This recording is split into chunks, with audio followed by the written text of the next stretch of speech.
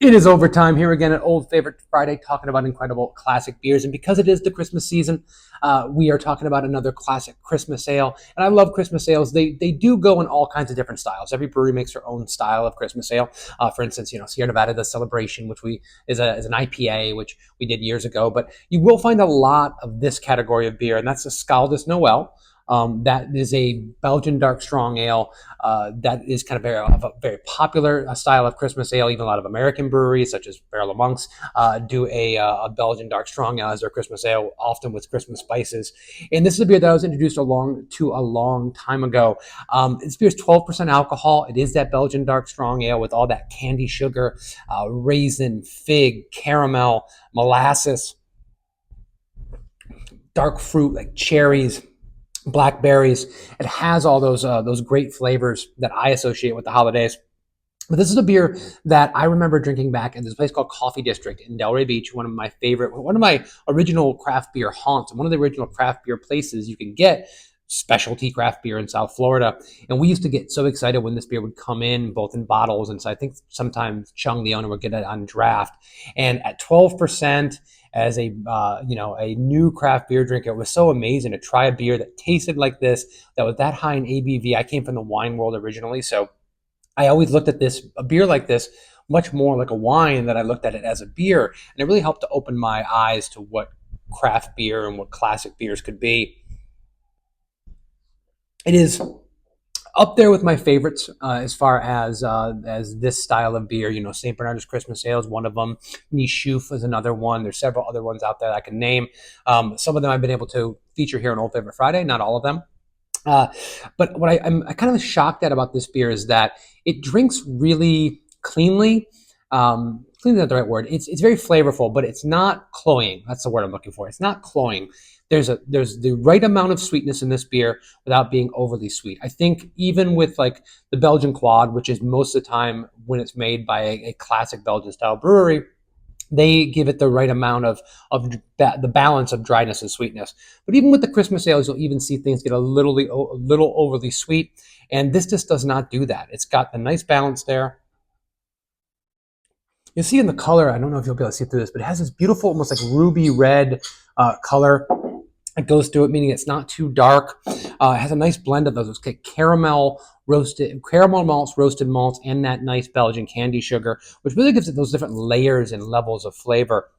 It's not just hit you over the head with that fig dark fruit thing that a lot of Belgian dark strong ales will do if they just kind of let that flavor run wild.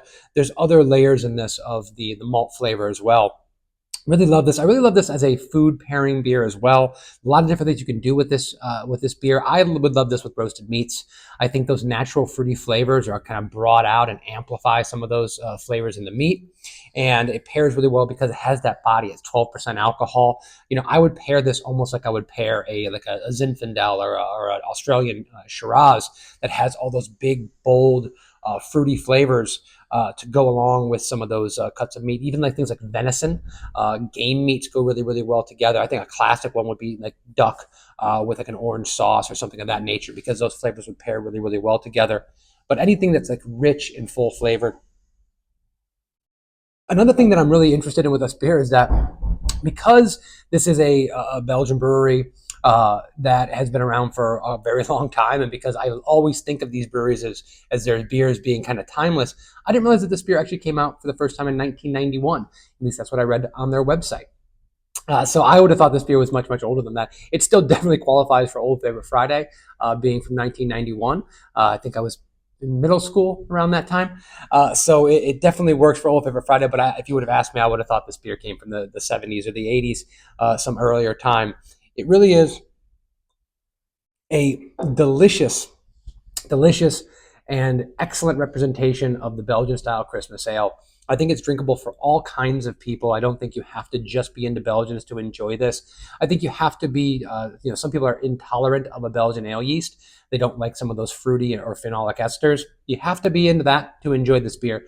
But I think if that's something that you can dig, this is really, really approachable.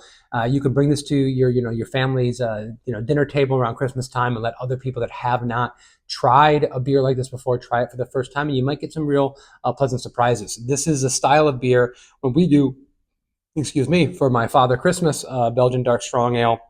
In a similar vein, I actually use that beer to brine my turkey every year for Thanksgiving, which was just in the rearview mirror. But then have that on the dinner table, and people are really pleasantly surprised that they like a darker, richer beer when they're typically Budweiser drinkers or some American macro lager drinkers or even IPA drinkers, and they're shocked that they like the beer so much and that it pairs so well with the food and is as drinkable as it is. So if this beer is available around you, highly recommend it. It's actually really ageable too. There's nothing wrong with getting an extra 4-pack or even taking one of the bottles out of the 4-pack, putting it down for a couple years. Try a vertical in the future. Have 2, 3, 4 years of this together and see how the beer ages. Being a bottle conditioned beer, being a Belgian dark strong ale, ages so well. My partner Bill McPhee over here at Barrel of Monks, he has vintages of all these different Christmas beers, and every year he'll have a Christmas. He's in the past had a Christmas party where he busts out all the different vintages of like 5 or 6 different beers. And it's amazing how those beers change and age and mature over time. It's really a wonderful thing. And it's also another thing you can introduce to your friends, like, hey, this beer ages. This beer is like a fine red wine. It ages incredibly well. So guys, thank you very much for checking in with me. Please keep the suggestions coming in of all the beers that we can do for Old Favorite Friday. Please tell us if you're drinking this beer exactly this weekend, and please poke around on the channel, like, subscribe, do all those fun things on YouTube so you can keep seeing these videos every week. We'll see you next time. Cheers.